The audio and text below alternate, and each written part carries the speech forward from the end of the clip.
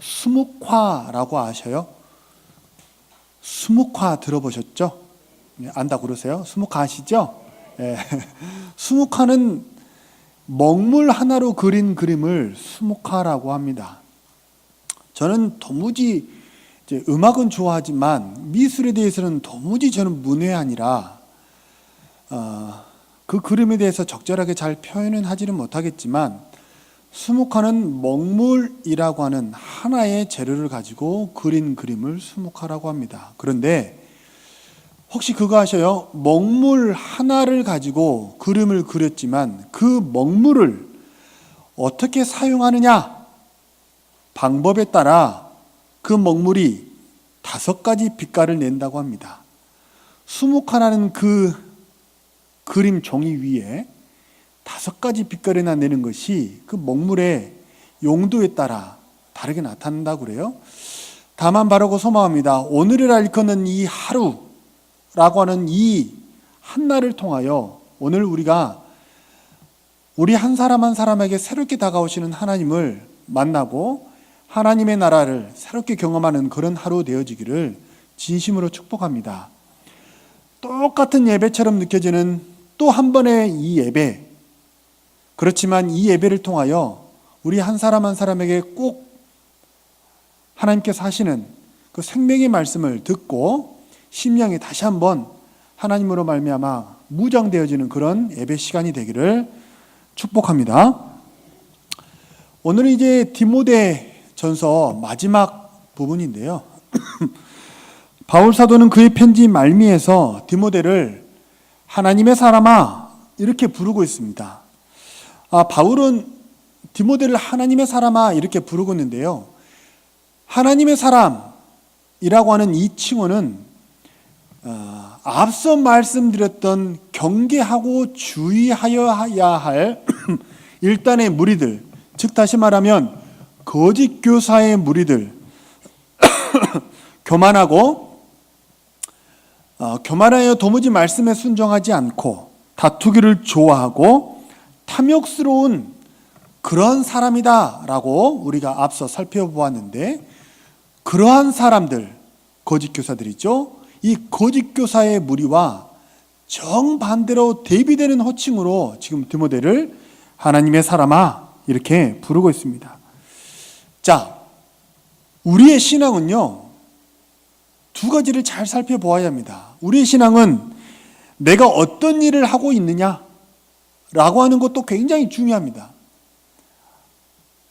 내가 어떤 일을 하고 있느냐, 어떤 사역을 교회에서 하고 있느냐, 하나님을 위해서 어떤 사역을 하는 사람인가 라고 하는 이 부분도 매우 중요합니다. 그러나 그것 못지않게 더 중요한 것은 무엇이냐면, 내가 지금 하루하루, 한 주 한 주, 한 달 한 달, 1년 2년 시간이 지나면서 어떤 성도로, 어떤 사람으로 다듬어져 가고 만들어져 가고 있는가 라고 하는 것 또한 매우 중요한 질문이 아닐 수가 없습니다. 그래서 내가 어떤 사람인가 라고 하는 것이 내가 어떤 일을 하는 사람인가 라고 하는 것으로 대신할 수 없고, 내가 어떤 사람인가 라고 하는 것은 내가 하고 있는 행위를 또한 대변할 수 없는 거예요. 이 둘은 아주 매우 중요한 하나의 부분입니다. 그래서 바울은 디모데에게 이 디모데전서 2장에서는 뭐라고 그랬냐면, 무슨 일을 해야 하는가 라고 하는 것에 대해서 교훈하고 있는 장이 디모데전서 2장인 반면에, 어떤 사람이 되어야 하는가 라고 하는 이 주제로 교훈하고 있는 장이 3장입니다. 그래서 어떤 일을 하는가? 나는 주일학교 교사예요. 나는 성가대예요. 나는 셀 리더예요. 어떤 일을 하고 있는가라는 것도 매우 중요합니다. 그러나 그것이 내가 하나님 앞에서 어떤 성품으로, 어떤 존재로 다듬어져 가고 있는가, 이것을 대신할 수 없다는 사실을 꼭 기억하는 우리 이루는 가족 되시기를 바랍니다. 하나님의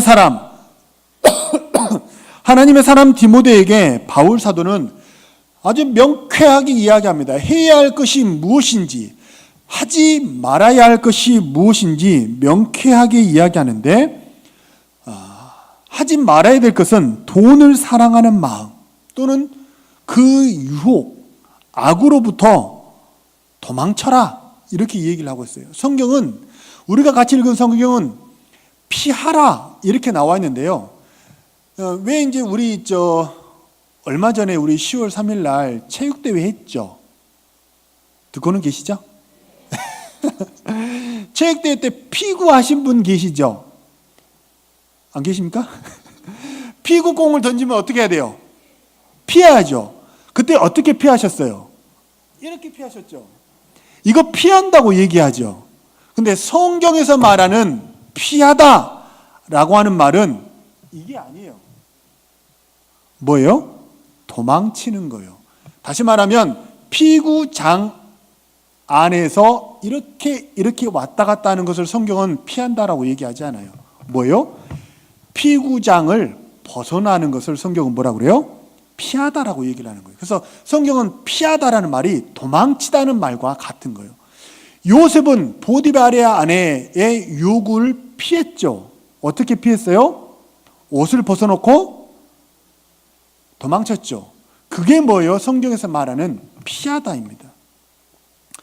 돈의 유혹은 우리가 마치 흉한 것을 보고 도망치듯이 버려야 할 그런 것으로 성경은 우리에게 묘사하고 있습니다. 반면에 그것은 버려야 하지만 가져야 할 것은 무엇이냐면 의와 경건, 믿음과 사랑, 인내와 온유, 이것은 적극적으로 우리가 갖도록 열심을 품어야 하는 것으로 바울 사도는 우리에게 이야기합니다. 자, 돈 얘기를 조금만 더 해보면요, 디모데전서 6장에 보면 돈 얘기가 초반부에도 한번 나오고 후반부에도 한번 나오는데요, 초반부에 나오는 돈 얘기는 누구를 향한 이야기예요? 가난한 사람들. 가난한 사람들. 누구? 가난한 사람들이. 돈을 사랑함이 일만하게 뿌리가 된다라고 하는 것은 돈이 너무 없어. 돈이 없으면 살 수 없죠. 그렇죠? 힘들잖아요. 괜찮으세요? 저는 상당히 힘들던데. 돈이 없어도 괜찮다고 생각하시는 분은 그 누구도 아닌 저에게 꼭 좀 주시길 바랍니다. 근데 돈이 없으면 힘들잖아요. 그래서 돈이 좀 있으면 좋겠다라는 마음이 그것은 가하나, 그래서 돈을 취하는 것은 가합니다. 그러나 돈을 사랑하는 마음이, 돈을 취하려는 마음이 지나쳐서 사랑하게 되면 그게 뭐가 된다는 거예요? 마귀가 틈을 탈 수 있다는 거예요. 일만하게 뿌리가 된다라고 해서 디모데전서 6장 초반부에 나오는 돈을 사랑하는 것은 가난한 자들을 향한 이야기고, 후반부에 나오는 돈을 재물을 사랑하지 말라라는 얘기는 누구를 향한 얘기예요? 부자들을 향한 얘기예요. 그 재물이 너희들의 인생을 절대로 보장해 주지 않는다라고 후반부는 정함이 없는 재물, 절대로 그 재물이 너희들의 소망이 될 수 없고 너희들의 미래를 보장해 주지 않을 거야 라고 성경은 우리에게 교훈하고 있는 것입니다. 바울은 비교적 성경을 읽는 독자들에게 신앙의 구도를 명확하게, 신앙의 뼈대를 명확하게 세워주고 있어요. 무엇을 해야 할지, 무엇을 하지 말아야 할지 사도 바울은 비교적 그의 서신서에서 분명하게 이야기하고 있습니다. 모호한 게 별로 없어요. 그래서 우리는 성경에 나타난 바울의 명령대로 버려야 할 것과 가져야 할 것을 잘 구분해야 합니다. 그것이 좋은 신앙인이 되는데 아주 중요한 부분입니다. 이제 이번 주 목요일에 수능 보죠. 시험을 잘 보려면 어떻게 되냐면 시험에 나오는 것과 시험에 안 나오는 것을 구분해서 공부를 잘 해야 되겠죠. 근데 이제 성적이 잘 나오지 않는 학생들은 비교적 여러 가지가 있겠지만 크게 저는 두 종류라고 생각을 해요. 성적이 나오지 않는다. 왜 안 나오느냐? 아예 공부 자체를 안 하는 학생들이 있는 것 같아요. 그래서 자율학습이 있더라도 자율학습 안 해요. 공부하러 그러면 수업 시간에 엎어져 자요. 그런 학생들은 애초에 공부 자체가, 왜 마음에 좀 찔리시는 분이 계십니까? 옛날 생각이 막 나세요? 그런 부류가 있는가 하면, 어떤 부류가 있냐면 성적이 되게 안 나와요. 근데 열심히 공부합니다. 자율학습 절대 빠지지 않아요. 수업 시간 졸지 않아요. 그리고 그의 책을 보면요, 온갖 형광색으로 막 색깔이 다 칠해져 있어요. 열심히 공부합니다. 문제는 뭐예요? 엉뚱한 거 하고 있는 거예요. 시험에 나올 거를 외워야 되는데 시험에 안 나올 거를 공부하고 있으면 열심히 해도 성적이 잘 나올까요? 안 나올까요? 신앙생활 마찬가지입니다. 자, 제가 한번 여쭤보겠습니다. 대답해 보세요. 싸우는 것은 하나님의 일일까요? 하나님의 일이 아닐까요? 싸우는 거. 뭐 하세요? 질문을 바꿔보겠습니다. 성경에 싸우라는 말이 나와요? 안 나와요? 나와요? 싸우는 건 좋은 거예요? 나쁜 거예요? 좋은 것일 수도 있고 나쁜 것일 수도 있고. 그래서 싸우라는 명령은 성경에 실제로 나와 있습니다. 오늘 성경에도 믿음의 선한 싸움을 뭐하라? 싸우라. 그래서 그리스도인은 뭐가 돼야 돼요? 싸움쟁이가 돼야 돼요. 싸움 딱이 되시기를 축복합니다. 싸워야 합니다. 싸우는 것이 성경적인 거예요. 그러나 누구와? 사람과 싸우는 것은 아닌 거예요. 무엇과 싸워야 돼요? 무엇을 위해서 싸워야 돼요? 믿음의 선한 우리의 믿음을 지키기 위한 싸움은 끝까지 싸워야 되는 줄로 믿습니다. 근데 신앙이 정체되어 있는 성장하지 않는 사람은 마치 아까 성적이 나오지 않는 사람과 마찬가지로 이 두 개를 바꾸면 아무리 교회를 10년, 20년 다녀도 신앙이 자라요, 안 자라요? 하나님을 경험할 수 있어요, 없어요? 사람과는 주장창 싸워요. 쓸데없는 것에 핏대로 올리고 싸우는데 믿음을 지키는 데는 말씀 보고 기도하고 전도하고 여기에는 별로 관심이 없어요. 신앙에 자라요, 안 자라요? 잘 한번 생각해 보세요. 내가 사람에게 분한 마음을 품는 만큼 하나님을 향해서 열심을 품었는지 한번 스스로 대답해 보세요. 저에게 지금 대답하실 필요는 없어요. 사람에게 분한 마음을 품는 만큼 믿음을 지키기 위해서 싸웠습니까? 내 안에 있는 게으름과 싸우고 악한 생각과 싸워서 이 악한 생각을 내 마음속에서 몰아내고 하나님의 뜻을 순종하기 위해서 피 흘리기까지 싸웠습니까? 그것이 신앙인 줄로 믿습니다. 그래서 신앙이 자라려면 버려야 할 것과 취해야 될 것, 싸워야 될 대상과 싸우지 말아야 될 대상이 분명히 피와 식별이 우리에게 되어야 되는 거예요. 그래서 바울이 여기서 싸운다라고 했을 때 이 싸움이 그때 당시에 군인들의 싸움을 빗대어서 믿음의 선한 싸움을 싸우라라고 얘기를 했던 것인지 아니면 마치 운동 경기장에서 레슬링하는 사람들의 모습을 보고 저렇게 싸워야 된다라고 하는 것인지 그것은 분명하지 않아요. 모호합니다. 그러나 전쟁을 하는 군사든지 레슬링을 하는 사람이든지 이 두 부류의 공통점이 하나 있어요. 그게 뭐예요? 지지 않으려는 투지가 그들에게 있다는 거예요. 뭐가 있다고요? 지지 않으려는 투지가 있어야 돼요. 그래서 성도는 마냥 마음씨 좋고 부드럽고 상냥하고 이것이 그리스도인의 캐릭터의 전부가 아니에요. 뭐 해야 돼요? 하나님의 나라, 믿음 생활을 지키기 위해서 투지를 가져야 돼요. 지지 않으려는. 지면 어떻게 해야 돼요? 근데 어떠다가 졌어요. 내가 막 믿음의 싸움을 싸우지 못하고 사람과 싸웠어요. 예컨대. 그렇게 믿음의 싸움에서 졌어요. 그러면 그날 저녁에 어떤 마음이 들어야 돼요? 분한 마음이 들어야 돼요. 왜? 졌으니까. 그래서 스포츠에서는 그런 마음을 일컬어서 뭐라고 그러냐면 승부욕이 강하다라고 얘기를 해요. 지는 것에 익숙한 성도가 되면 안 돼요. 뭐예요? 승부욕이 강한 이루는 성도가 되기를 바랍니다. 싸워야 돼요. 사도 바울은 그의 편지 말미에서 믿음의 싸움을 싸워라 라고 우리에게 얘기를 하고 있어요. 이 싸움은 언제까지 우리가 싸워야 돼요? 이 싸움을 우리가 도대체 언제까지 싸워야 할까요? 우리 구주 예수 그리스도께서 다시 오시는 그날까지 이 싸움을 싸워야 되는 줄 믿습니다. 그래서 지상교회는요, 천상교회는 이미 싸움이 끝난 교회지만 지상교회는 뭐 하는 교회요? 계속해서 싸우는 교회가 지상교회입니다. 전투가 진행 중인 거예요. 나 혼자 휴전을 선언한다고 휴전이 되지 않아요. 그래서 오늘 성경에는 흠없는, 점없는 우리 구주 예수 그리스도의 다시 나타나실 그때까지 믿음의 선한 싸움을 싸우라, 이렇게 이야기합니다.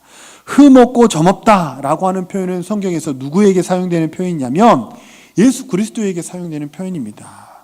베드로전서 1장 18절은 그렇게 이야기합니다. 너희가 구속된 것은 오직 흠없고 점없는 그리스도의 보배로운 피로 된 것이다. 우리에게 이렇게 얘기해요. 그래서 흠이 없다, 거룩, 본질적인 거룩, 흠이 없다, 점 없다라고 하는 이 표현은 오직 한 분 예수 그리스도 하나님에게 대한 표현인 거죠. 다시 말하면 흠없고 점없이 싸우라라는 얘기는 우리 주님이 오실 때까지 이 싸움을 계속해서 감당하라, 우리에게 이야기를 합니다. 신앙생활은 취미생활이 아닙니다. 뭐라고요? 신앙생활은 뭐가 아니라고요? 취미생활은 뭐냐면 내가 재밌으면 하고 재미없으면 안 해도 되는 거 취미생활입니다. 내가 하고 싶을 때 하고 내가 하기 싫은 것은 안 하는 것은 취미생활입니다. 내가 하고 싶은 것을 취사 선택해서 하는 것은 뭐예요? 취미생활입니다. 그러나 신앙생활은 내가 하고 싶은 것만 골라서 할 수 없어요. 우리 주님이 명하시면 해야 합니다. 그것이 성도예요. 그래서 취미생활은 인간 중심이에요. 그러나 신앙생활은 누구 중심이에요? 하나님 중심이고 말씀 중심이에요. 그래서 말씀이 명하면 자기를 부인해야 되는 거죠. 자기를 부인하고 하나님의 뜻에 내 뜻을, 내 의지와 마음을 부르뜨려서라도 맞춰야 되는 것이, 그것이 취미생활과 신앙생활의 가장 큰 차이입니다. 좀 안타까운 이야기지만 이제 우리가 살고 있는 이 시대의 신앙생활 자체가 이미 많이 취미생활처럼 그런 성격으로 바뀌어가고 있어요. 하나님 중심이 아니라 사람 중심으로 바뀌어가고 있습니다, 교회가. 그러나 누가 뭐라 해도 신학은 누구 중심이에요? 하나님 중심으로 신앙생활하는 우리 이루는 교회 모든 교우들이 되기를 바랍니다. 말씀이 명하면 거기에 토를 달면 안 돼요. 하나님의 믿음의 선한 싸움을 싸우라. 그러면 나는 참 기질이 유순해요. 제가 좀 기질이 유순합니까? 웃으시는 분들은 절대 그렇게 생각하지 않아요. 한 번씩 저한테 당하신 분들인가요?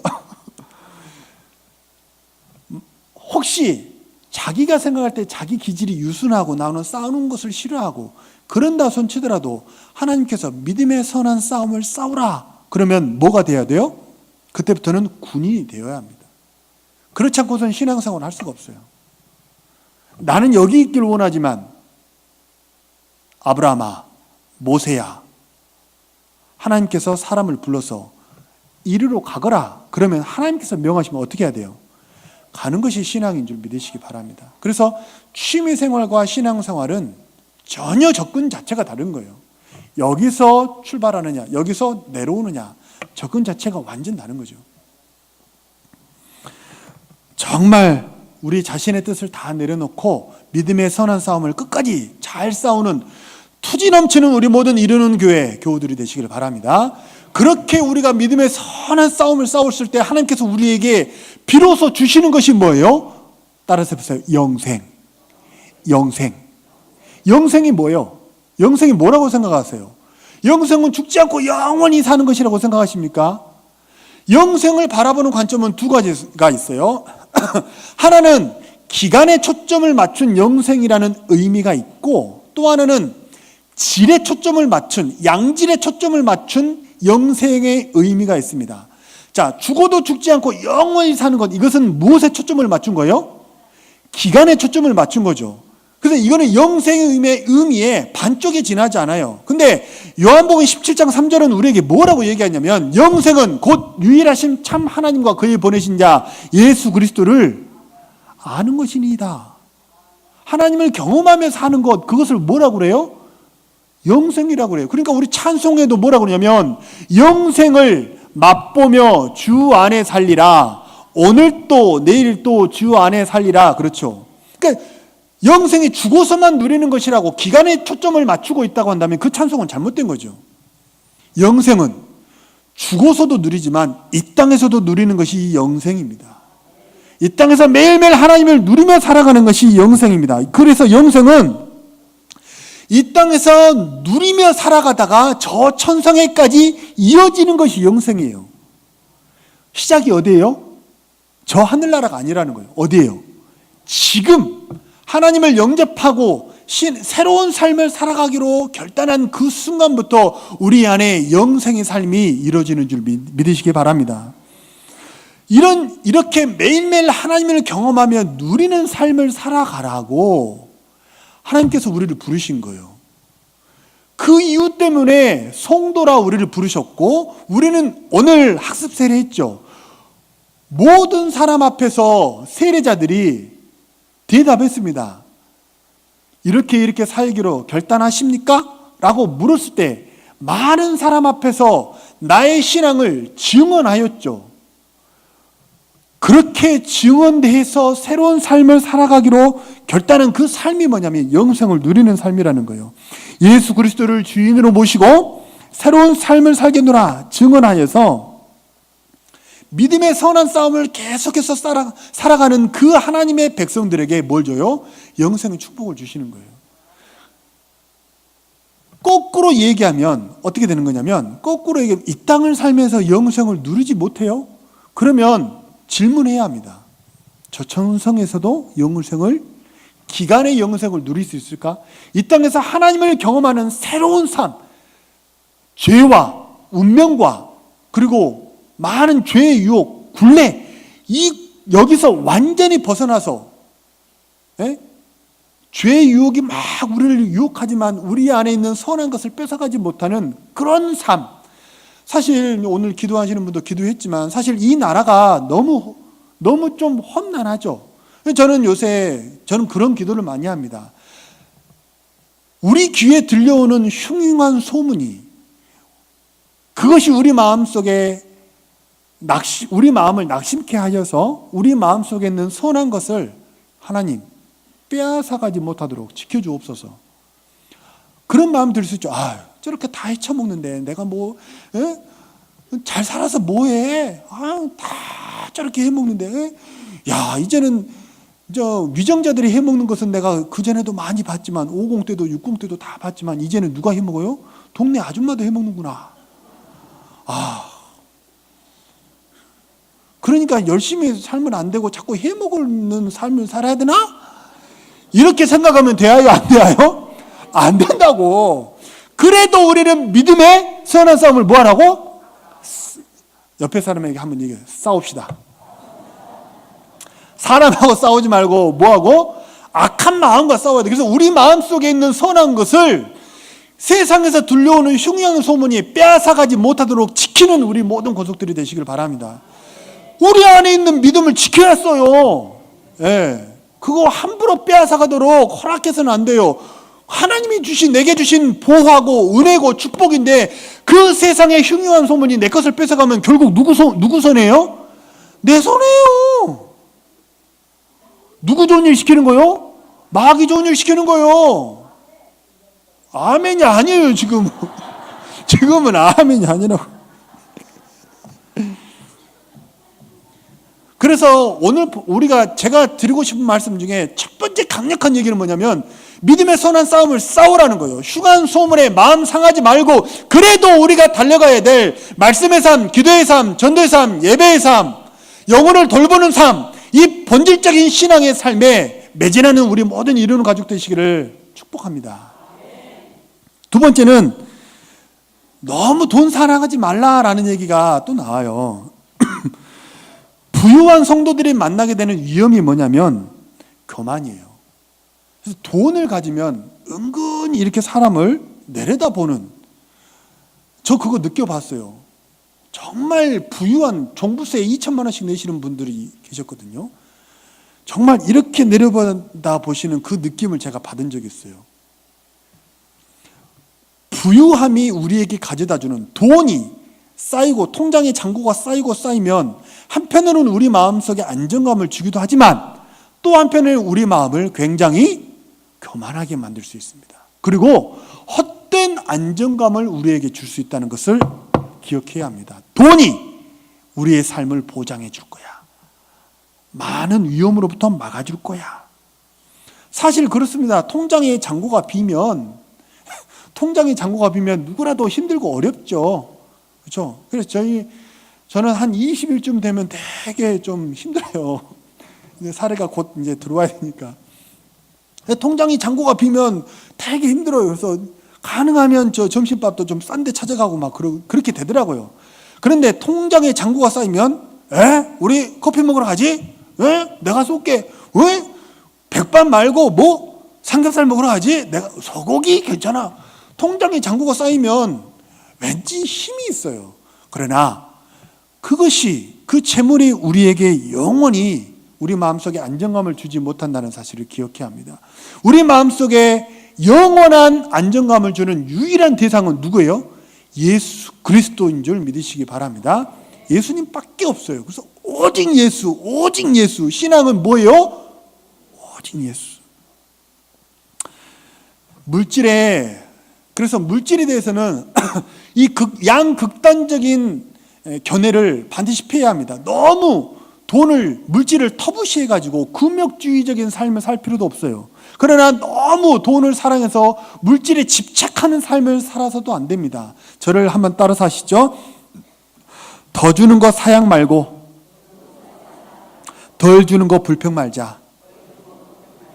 그리고 뭐 해야 돼요? 내게 재물이 주어졌을 때 선한 일에 힘쓰고 선한 사업에 힘쓰는 우리 모든 이루는 가족 되시기를 바랍니다. 그것이 진짜 내 거라고 성경은 얘기해요. 이 땅에 쌓이는 게 내 것이 아니고 하나님께 드린 것만 내 것이 되는 것 같아요. 그것이 다 내 상급이 되는 거죠. 그래서 사실 한번 말씀을 드린 것 같은데 내가 생각한 것보다 물질이 더 들어왔어요. 그거 절대 사양하지 마세요. 사양하실 것 같으면 저한테 주셔도 되고 사양하지 마시고. 그래서 고린도 후서 이제 8장 9장에 보면 헌금의 원리가 나오는데 내게 과공급 되었을 때는 내가 이만큼이 적정인데 과공급 되었을 때는 반드시 부족한 부분이 사람이 있을 거다는 거예요. 그 사람을 채워주라고 하나님께서 내게 과공급하신 거라는 거예요. 그래서 나누어 가지고 모든 사람이 다 공평하게 하려 함이라, 평균하게 하려 함이라, 그렇게 나오거든요. 그래서 더 주셨을 때는 어딘가 내가 선한 사업에 쓸 데가 있나 보다 이렇게 생각하시고 선한 데 사용하는 우리 모든 성도들이 되셨으면 좋겠습니다. 반대로 근데 더 줬을 때는 괜찮아요 사실. 근데 문제는 뭐예요? 부족할 때예요. 7년의 풍년 때는 쌓아놓으니까 괜찮은데 문제는 7년의 흉년이에요. 덜 주셨을 때 불평하지 말고 천지만물을 합당하게 공평하게 운행하시는 하나님만 바라보시고 그래도 예배하시고 감사하는 우리 모든 이루는 가족들이 되시기를 바랍니다. 끝으로 바울은 디모데에게 이렇게 이야기합니다. 내가 내게 부탁한 것을 잘 지켜라 이렇게 얘기해요.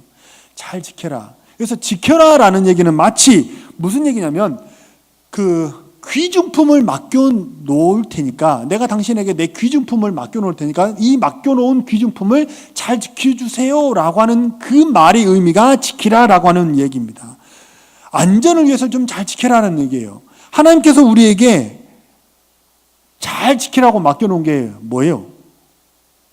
그것이 우리가 꼭 아까 앞서도 말했던 믿음입니다. 믿음. 끝까지 우리가 지켜야 될 것이 뭐예요? 마지막 날까지 우리가 지켜야 될 것은 절대 돈이 아니에요. 마지막 날까지 우리가 지켜야 될 것은 교회의 영향력이 아니에요. 내 발언권이 아니에요. 마지막 날까지 지켜야 될 것은 내 자존심이 아니에요. 마지막 날까지 지켜야 될 것은 이 세상의 직분이 아니에요. 뭐예요? 오직 믿음이에요. 그래서 시험 들지 마세요. 왜? 그건 지키라고 하나님이 우리에게 명령하신 것이기 때문에. 그래서 뭔가 유혹거리가 다가오고 시험거리가 다가오면 기쁜 마음으로 그 유혹거리, 시험거리를 받지 않기를 바랍니다. 시험거리를 받지 마세요. 자꾸 내 던져버리세요. 이렇게 사람에게 실족했고, 사람에게 실족하고, 나라에 실족하고, 세상에 실족하고, 그러면요 신앙생활을 못해요. 이것저것 넘어질 거 다 넘어지고 어떻게 신앙생활, 어떻게 믿음을 지킬 거예요? 이 땅은 언제나 불완전하고, 이 땅은 언제나 부조리하고, 이 땅에는 언제나 그렇게 해먹는 사람들이 있어요. 다만 해먹는 사람 이름만 바뀐다 뿐이지. 그리고 좀 특색 있는 것은 이제는 동네 미장원 아줌마도 해먹더라. 그게 좀 차이가 있다 뿐이지. 항상 어느 정권이든 해먹는 사람은 있었어요. 그것 때문에 내 믿음이 흔들리면 안 돼요.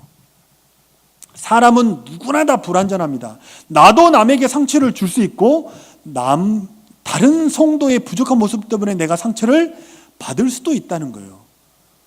그거 다 계산하면 신앙생활을 못해요. 지키는 우리 모든 이루는 가족들이 되시길 바랍니다. 헛된 거, 세상 거 지키려고 하면 정작 지켜야 할 건 못 지켜요. 정말 우리가 신앙생활을 간단하고 아주 심플하게, 간단하게 초점을 분명하게 해야 합니다. 믿음의 선한 싸움을 싸워라. 투지를 일깨우고 악한 것을 마음에 받지 말고 다 내던져버리시고 가장 본질적인 것에 집중하고 끝까지 우리 주님 다시 오실 때까지 믿음 지키는 우리 모든 이루는 가족 되시기를 축복합니다. 이로써 이제 디모데전서가 마쳐졌습니다. 디모데전서 마지막은 우리에게 이렇게 이야기합니다. 하나님의 은혜가 항상 함께 하시기를 바랍니다. 우리 한 주간도 우리 모든 이루는 성도 한 사람 한 사람 하나님의 은혜 가운데 성령 충만한 삶 살아가시기를 축복합니다.